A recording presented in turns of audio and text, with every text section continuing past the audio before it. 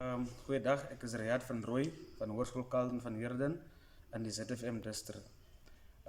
Vandaag se empowerment session was ons het baie geleer en die LT resources was goed geweest. Al het ons maniere kan wys hoe ons kan met animation leerders betrokken te kry by die klasse en dan ook podcast waar hulle kan self luister by die huis as hulle nie in die klasse is nie.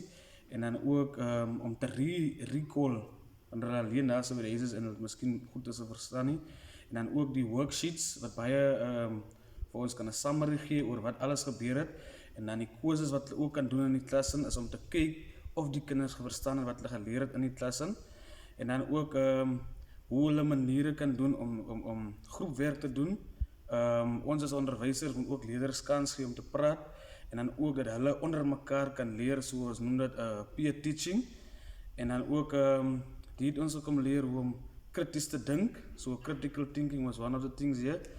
En ja, die resources wat ons gekry het en hoe het maklik kan geshare word teenoor die kinders, teenoor ander onderwysers, die platforms that we can use.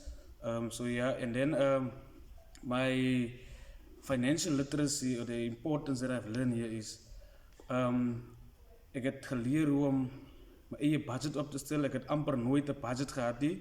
Ek het net dag tot dag toe gelewe en hierso het ek gesien dat 'n budget is baie belangrik om te gaan sien wat is jou inkomste en wat is jou uitgawes en hoe jy dit kan bestuur en waar kan jy gaan afsny om jou inkomste meer te maak. En ja, dit was baie vrugtevolle sessie geweest, so sien jy later.